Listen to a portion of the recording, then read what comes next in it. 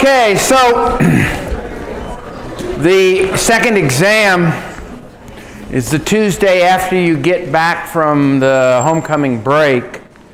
So it's, yeah,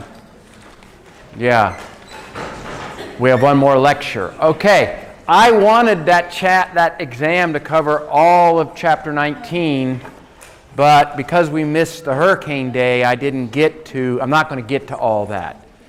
So it's going to be all of 18. That's the stuff you were quizzed on basically for quiz 2. It's going to be the vast majority of chapter 19. The only thing I'm going to leave off is the stuff on complex formation reactions at the very end of the chapter. Won't get to that because of the hurricane day. Now, another introductory point.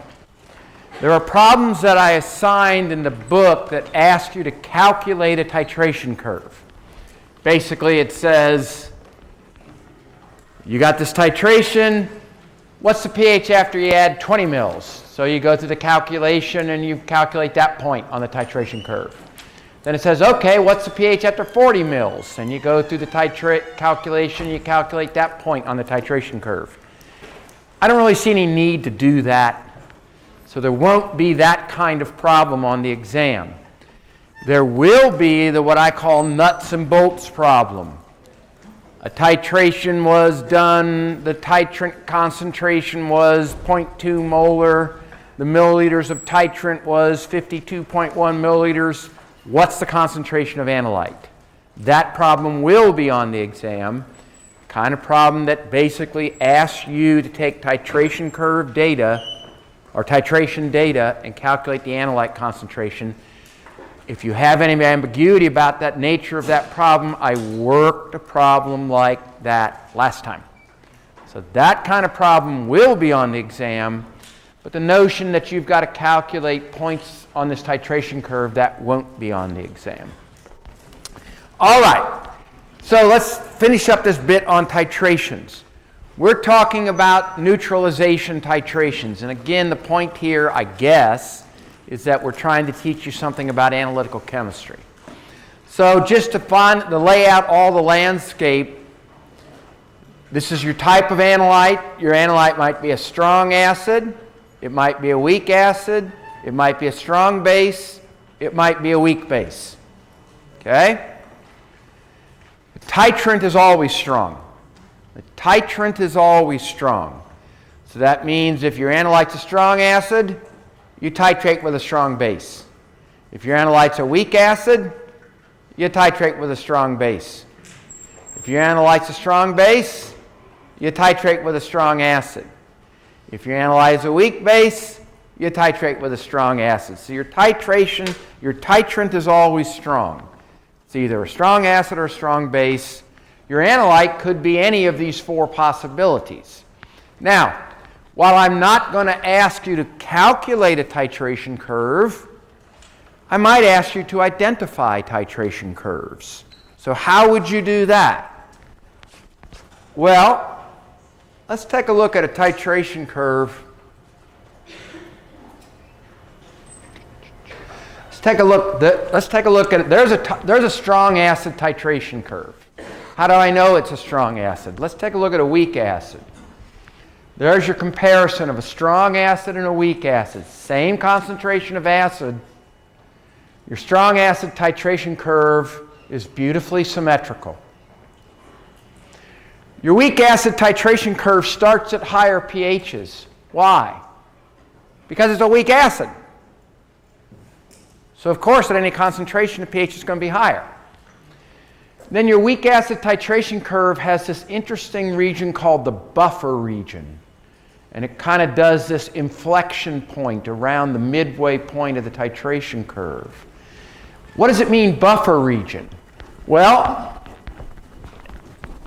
in this case, we're looking at here, the analyte is a weak acid. I think they call it HPR. Call it whatever you want. Titrant, according to my table over there, is a strong base. So the titration reaction is the weak acid analyte plus the strong base, let's say sodium hydroxide, generates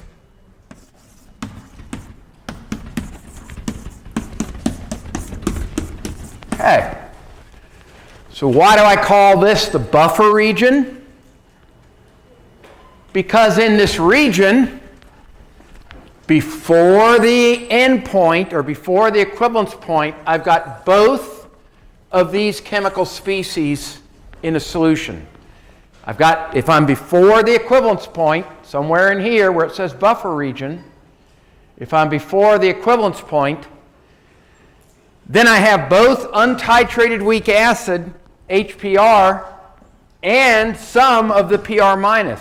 So I have a buffer. I have a weak acid plus its conjugate base. So the big difference between your strong acid titration curve and your weak acid titration curve is in the weak acid you get this buffer region because you're making a buffer. As you do the titration, you're making a buffer. Strong acid doesn't show that because you can't make a buffer because it's a strong acid.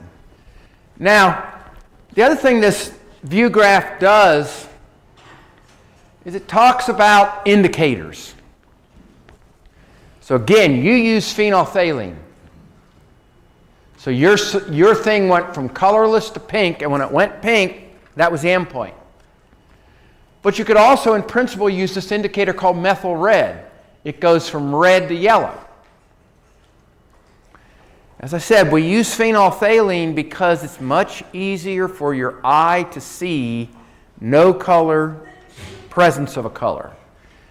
If you use methyl red, you're going from red to yellow. Well, between red and yellow is orange. So if you're looking at this thing, you're going, is it red? Is it orange? Is it yellow? What color is it? So that's why you use phenolphthalein. You use phenolphthalein, but the thing here is that because of this enormous break in the titration curve, either of these indicators would work. Methyl red would change colors a little bit too soon, and phenolphthalein changes colors a little bit too late. But because the titration curve is so steep and the break is so large, it doesn't matter. But what if we were unclever and did that for the weak acid? Well, if we use methyl red, we'd throw it in there and it'd be red. And then as we started titrating, it would sort of turn to yellow. But because it changes pH in this acidic region, it turns yellow. You're way before the equivalence point. Titration error. You chose the wrong indicator. It changed colors way down here in the buffer region. You want it to change colors at the equivalence point. On the other hand, phenolphthalein works great. Goes from colorless to pink exactly where you want it. So key point. Choice of indicator becomes really important when you're doing weak acids or weak bases. You've got to match where the indicator changes color to where your equivalence point pH is.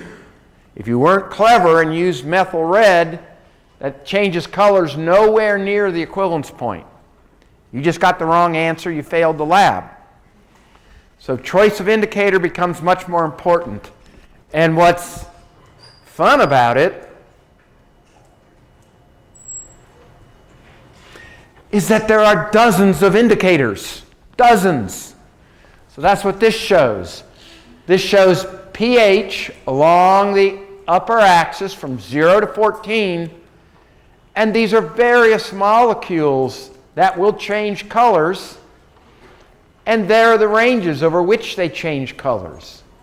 So if you've got so that's the first key point. Lots and lots and lots and lots and lots of indicators, depending on what you use phenolphthalein.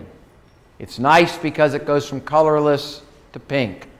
But in fact, it changes around pH 9, a little past the equivalence point, but since the titration curve is so steep, it doesn't matter. Now, so what you do to choose an indicator is you look where the equivalence point pH is.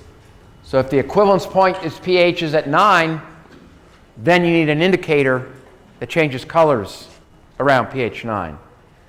Now we can also look at a weak base titration curve. How do you know it's a base titration curve? Because it starts high and goes low. Start with a basic solution, make an acidic solution. Now, how do you know it's not a strong base titration curve? Because you see the buffer region again. You see this strange kind of inflection thing. And so this is the titration of the weak base ammonia with HCl. So again, we come back to this issue of choice of indicator. If you chose phenolphthalein, you put your drop of phenolphthalein in, it turns pink. Oops. Wrong choice of indicator. And then as you did the titration, it would slowly go to colorless. But note that it goes to colorless way before the endpoint. On the other hand, methyl red works perfectly. For the weak base, the pH is around pH 5. That's exactly where methyl red changes color. So key strategy. Pick an indicator that changes colors where the equivalence point pH is. Yeah? Do you determine the equivalence point pH, or is it always going to be 7? Or? For a weak acid, for a strong acid or a strong base, for a strong acid or a strong base, the equivalence point pH is always 7. Always. For a weak acid or a weak base, it isn't. For a weak acid, the pH is at the equivalence point is basic. And for a weak base, the equivalence point pH is acidic. So that's the general strategy for choosing an indicator. Choose an indicator that changes colors right at the pH of the equivalence point. There's me. Yeah. It was a rare occasion I was sober. This is my PhD advisor. I tried to be sober when he came into the lab. But I built this system you see right here, and it made use of an early form of the first form available of so-called microcomputers. So we bought this microcomputer. There was no programming language for it. I had to program it myself. What did it do? It did titrations. So that's a pH electrode stuck into the sample solution, a digital burette. That's what this thing is. And it did titrations. That's what I did my PhD on. And here's the deal. Today, when you buy a piece of scientific equipment, it has a computer attached to it. And it has software. You take the piece of scientific equipment out of the box, you attach it to the computer, and boom, you're off and taking data within minutes. Now, when I was in graduate school, that didn't exist. There were no computers. And so there were no instruments that came with computers. I did my PhD research on how to interface computers to analytical instrumentation. So now let's get to the punchline here. Since before my work that didn't exist, and now after my work it exists routinely, that means I invented that and I'm taking credit for it. All right, let's see. Let me just, This was cutting edge analytical chemistry in the mid-1970s, before y'all were born. It was successful. All instruments come with computer now. That's right, I'm taking credit. Darn right. Let's see if I got a titration curve. Oh, that's the schematic of the system. There's a titration curve that my system did. This was a titration of probably H2SO4. So it's got 2 breaks in the titration curve. The computer took all the data, printed out the plot, and handed it to me. That was impossible in the 70s until we started looking at it. There's me on my look how chubby I was. There's me on the day that I got my PhD. And you see this shirt? During my final oral exam, it's Tucson, Arizona. You know, I went to an almost prestigious, almost West Coast school. It's summertime in Tucson, August 17th. I'm there giving my exam in a coat and tie. I pitted out my shirt so bad, it was soaking wet. So after I passed the oral exam, I went across the street, I bought this t-shirt so I could go drinking with my lab mates, and I wouldn't look like I'd just, come from a car wash. So that's why I had that on. All right, anyway, so that's a little about me and titration curves. I have a long history with titration curves. All right, next topic, fun topic. One of my favorites. And it will be on exam 2. Got all that.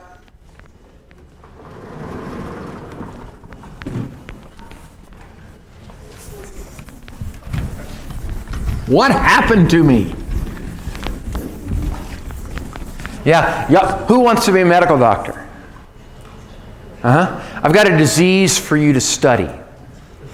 This disease affects every human, and it is always fatal. It's called aging. You're not worried about it now because you're young. You can't imagine. When I was that age, do you think I had any concept of me at this age?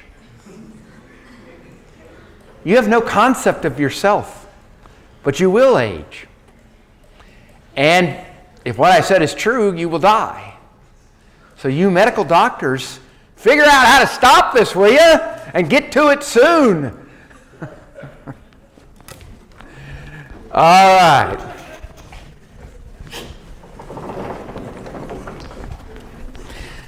So the next topic is, again, an important one. In the field of medicine, we talked about this notion of kidney stones.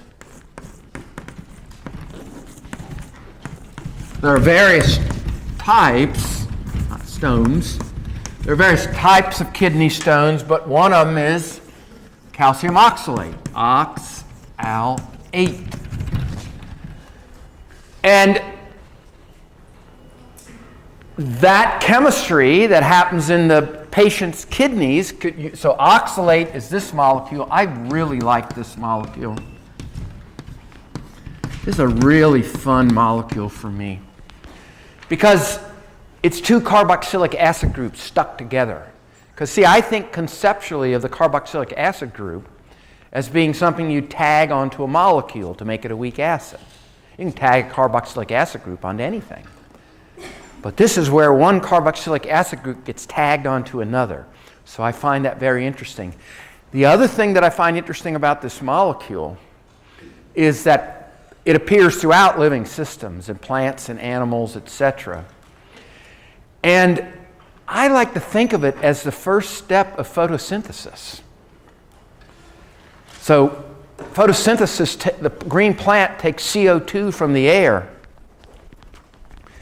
And you might think of that reaction conceptually as 2 CO2 plus 2 electrons gives you 2 oxalates. Conceptually, it's not that simple. So for me, oxalic acid or oxalate is like the beginning of it all. Because animal life depends on plant life, by and large, right? And plant life is not possible without reduction of CO2. There's your first step toward the reduction of CO2 to make oxalate. So it's like, for me, It's like this grandfather molecule that goes back the millennia to when green plants first evolved and started making the oxygen molecule. All right. So anyway, oxalate, my friend. And in normal kidney, there are systems, we'll talk about such systems, that keep the calcium ion soluble. But in people who get this disease, unfortunately,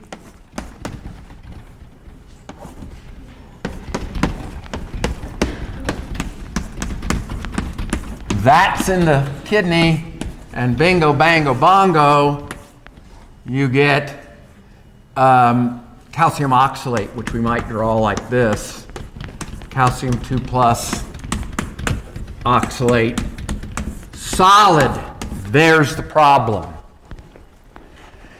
So we want to describe that chemistry. We want to figure out under what conditions that reaction might go, which is what you don't want. You don't want that reaction occurring in your kidneys to produce those solid kidney stones. What we'd rather have is the position of equilibrium lying very far to the left, so that you don't get those painful stones in your kidneys. And that's what solubility product equilibrium is all about. When do precipitates form, and when do they not? And when we talk about that chemistry, we usually think about it in the opposite sense. We usually think about it, I've written it, free calcium plus free oxalate makes the solid. Solubility product equilibrium turns it around. Doesn't matter which way you look at it, but it's easier. Think about it this way. So we would describe that chemistry that I just outlined here quantitatively via solubility product equilibrium, but we'd turn it around. We'd say, what's the position of equilibrium for the calcium 2 plus oxalate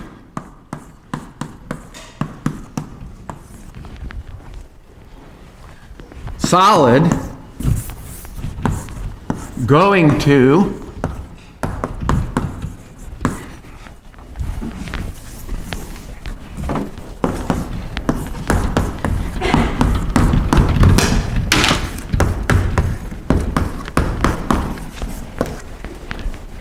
okay, and I'm just going to call this ox 2 minus because I'm tired of drawing that molecule.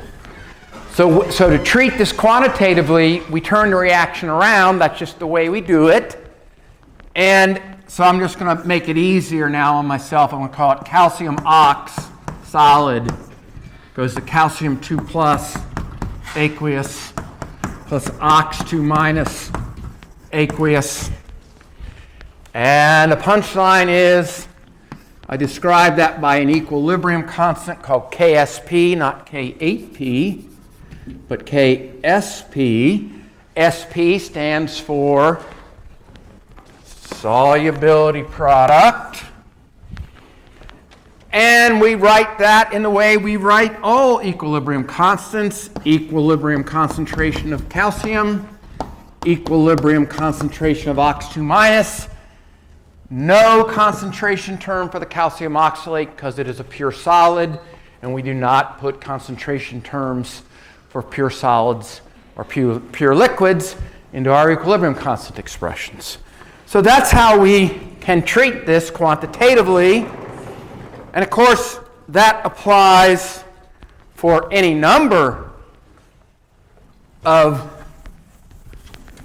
materials.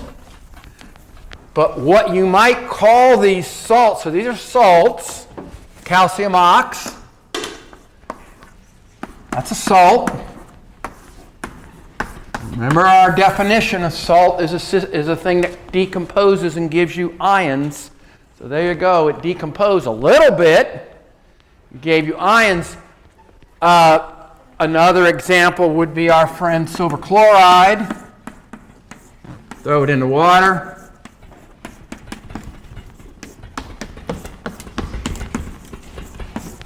For which we write KSP is the concentration of silver, concentration of chloride, and that's 1.8 times 10 to the minus 10. All right. These salts, these two examples I've given you, are called weak electrolytes. So we talked about this earlier, weak versus strong.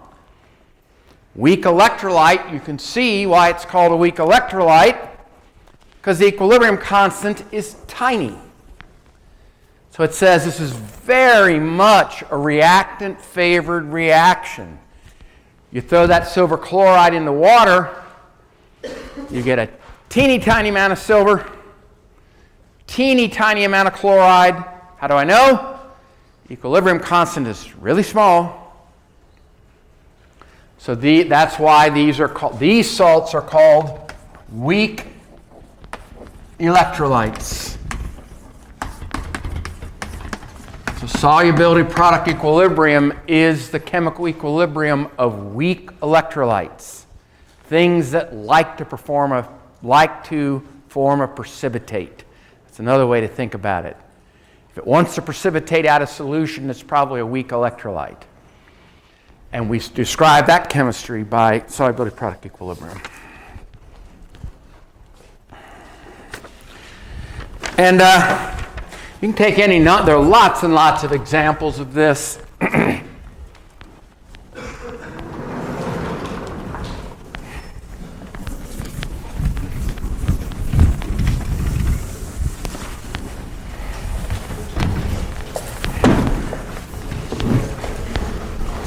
Lots and lots of examples of this.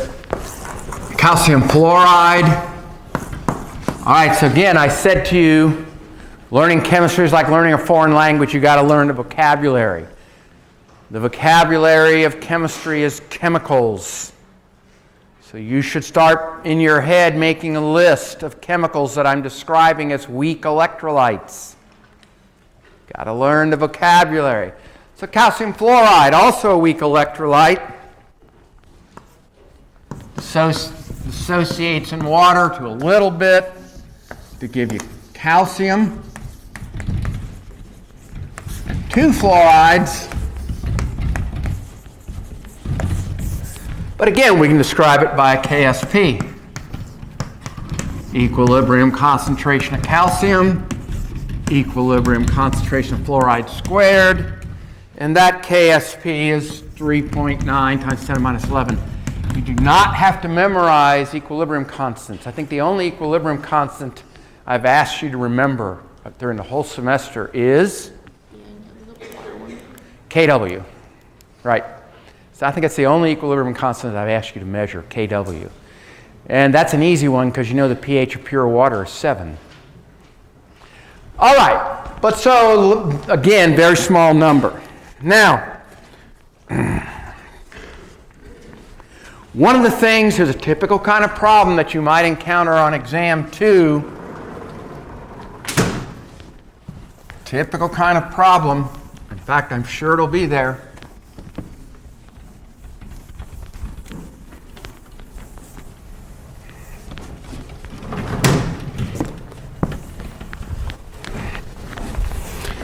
Typical kind of problem that you might encounter on exam 2.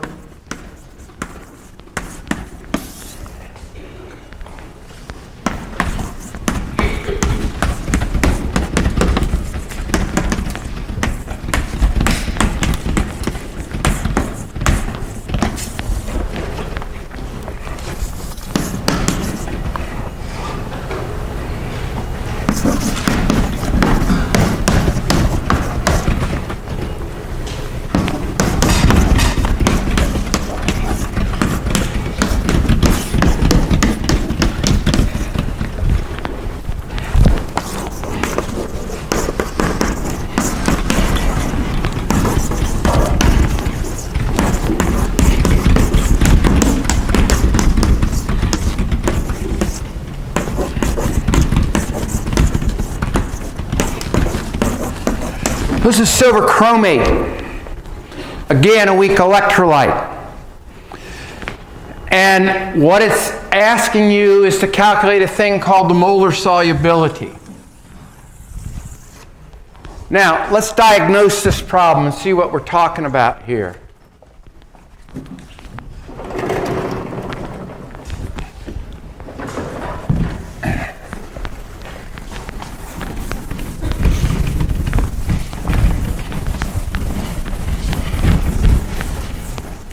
Let's diagnose this problem and see what we're talking about. I've got here a beaker. I've got some silver chromate laying in the bottom of it. And I pour some water on top. And I let this reaction reach equilibrium. Silver chromate, solid, goes to 2 silvers, aqueous, plus a chromate, aqueous. We'll let that reaction reach equilibrium. Now, very important point, I underlined it, saturated. How do you tell if a solution is saturated or not? You can look at a solution and tell if it's saturated. If there's stuff on the bottom, it's saturated. So in principle, I could add enough water, I could add a bathtub full of water, and I would dissolve all that, even though the solubility is low. But this is the key conceptual point to wrap your brain around right here.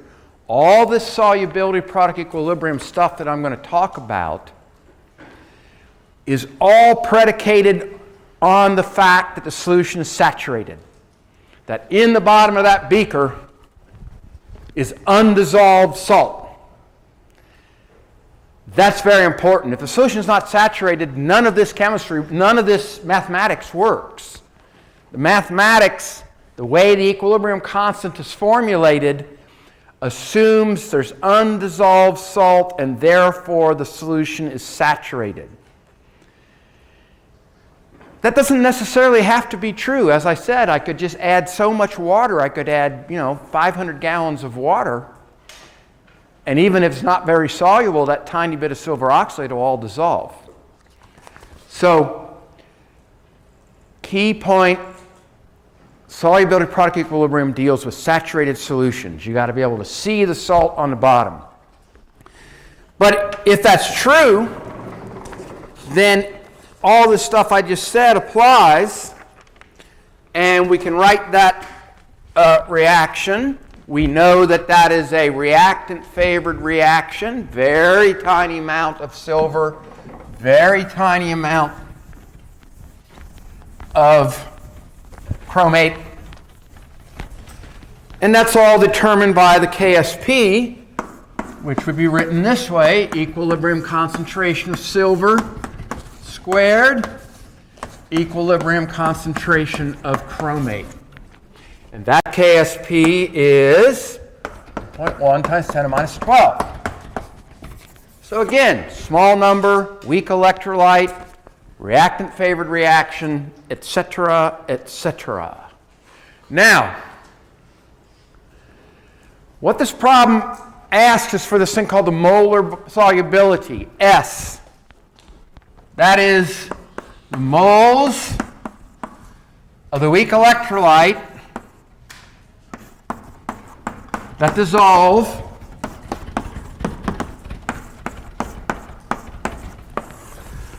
per liter of solution.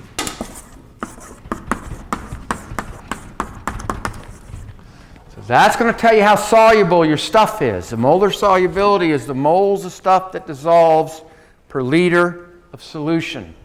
How are we going to know that molar solubility? Well, we take a look at our reaction here. For every 1 mole of this that dissolves, I get 2 of these and 1 of these. So Now I'm going to latch in on this and say, well, what I really want is the moles of this that dissolves, right? That's what the problem asks for.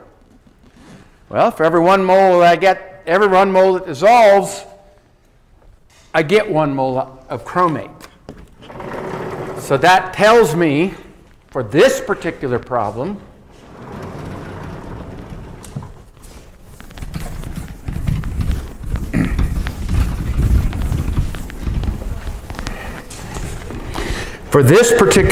that means the solubility S is going to be the concentration of the chromate. Why? Because for every 1 mole of this that dissolves, I get 1 mole of chromate. So for this particular problem, the solubility is the concentration of chromate because of that 1-to-1 correspondence. And likewise, the concentration of silver in the solution is 2 times the solubility. How do I know that? Because for every 1 mole of this that dissolves, I get 2 moles of silver. So what you want to do is look at your reaction and ask the question, for every 1 mole of these that dissolves, how many moles of this and how many moles of that do I get? And so in this example, it's pretty easy. The solubility is the concentration of chromite, and the concentration of silver is 2 times the solubility. So now, with that information, we write our KSP.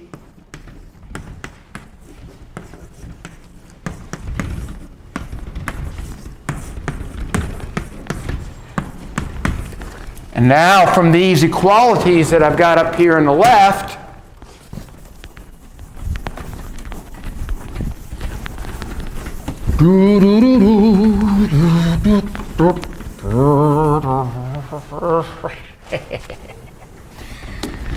so I can just now plug in here, I can write KSP is the concentration of silver, that's 2S.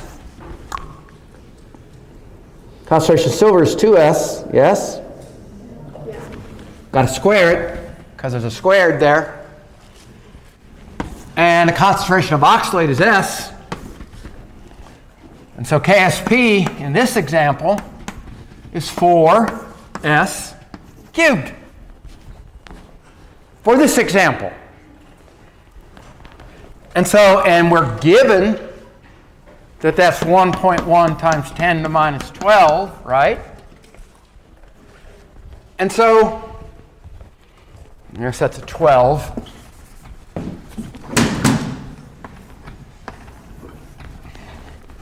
Just as bad. And so what that means is that the solubility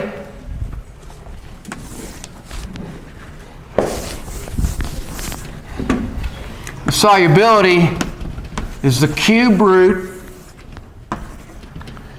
of the KSP divided by 4. So these types of problems are really easy because there's a relationship between the solubility and all the other ions in the equation. And so that allows you then to plug some combination of S into the KSP expression. Just take the cube root and I get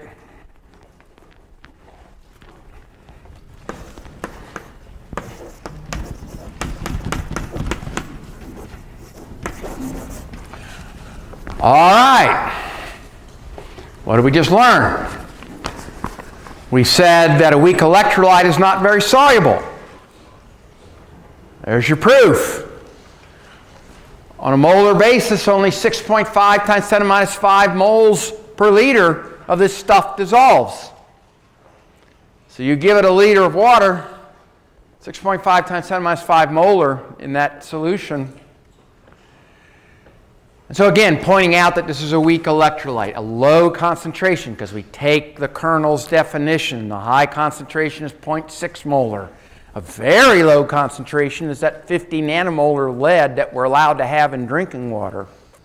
As long as the lead is below that 50 nanomolar, So this is sort of in between, but it's on the low side. It's closer to that 50 nanomolar than it is to that 0.6 molar. So low concentration, that's what we expected because it's a weak electrolyte, not very soluble. So there's lots of ways to configure that problem. You'll have problems like that to work in the homework. Now, in the case of the kidney stones, nobody has kidney stones, right?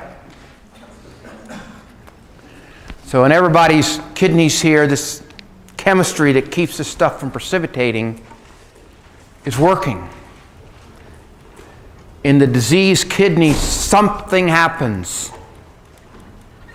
that affects the solubility. Some chemistry happens that affects the solubility of that calcium oxalate. And if that chemistry happens, then calcium oxalate precipitates and you got a problem. So what we want to talk about now is things that can affect, just like in the kidney, what kind of chemistry might affect the solubility of a weak electrolyte. So that's what we want to talk about next. What kind of chemistry might affect the solubility of a weak electrolyte?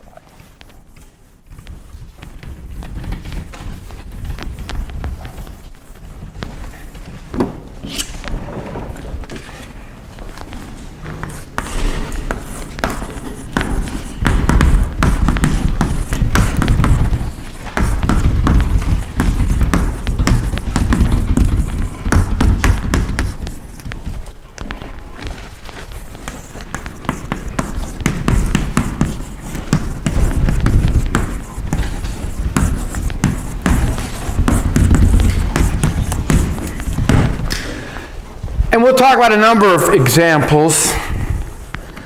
One thing is called the common ion effect. And this was introduced earlier in your textbook. I'm introducing it now. Common ion effect. Okay, what does that mean?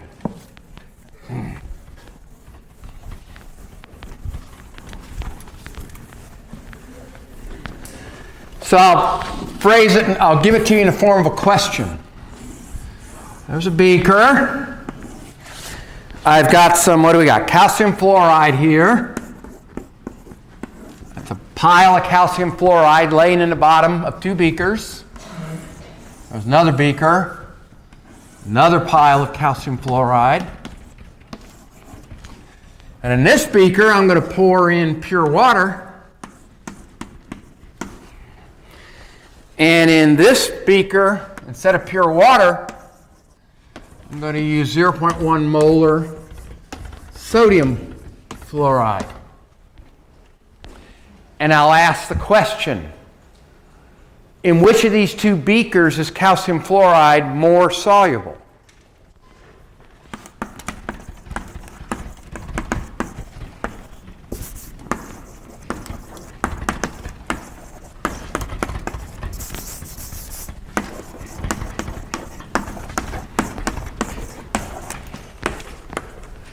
So again, factors that affect the solubility of a precipitate. One is the common ion effect.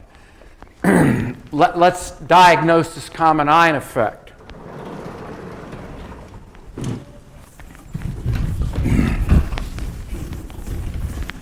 In both cases, in both of those beakers, this reaction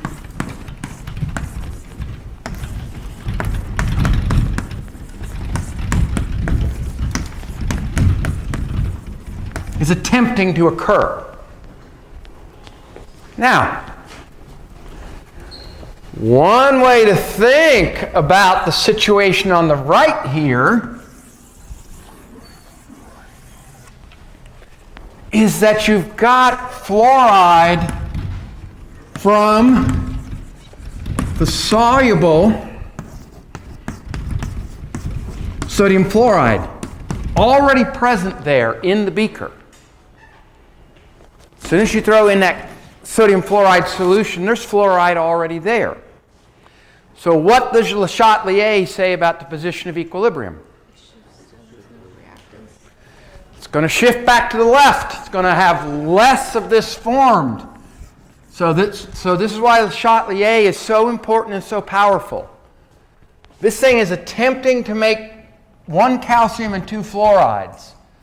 But there's already fluoride in the solution.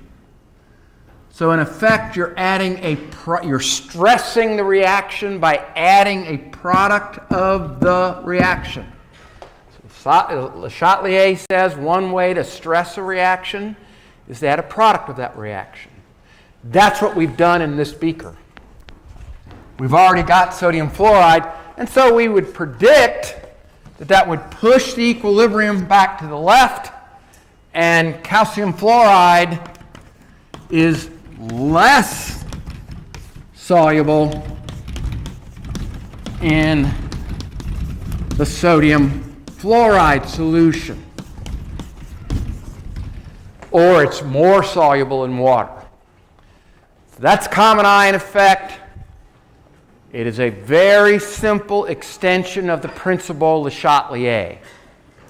You're trying to dissolve an electrolyte in a solution containing a common ion. What's it mean, common ion? The common ion is fluoride. Fluoride coming from the sodium fluoride. Fluoride coming from the calcium fluoride. Common ion. And if you attempt to dissolve an electrolyte in a common ion, position of equilibrium shifted back to the left, it's going to be less soluble. All right, let's stop there.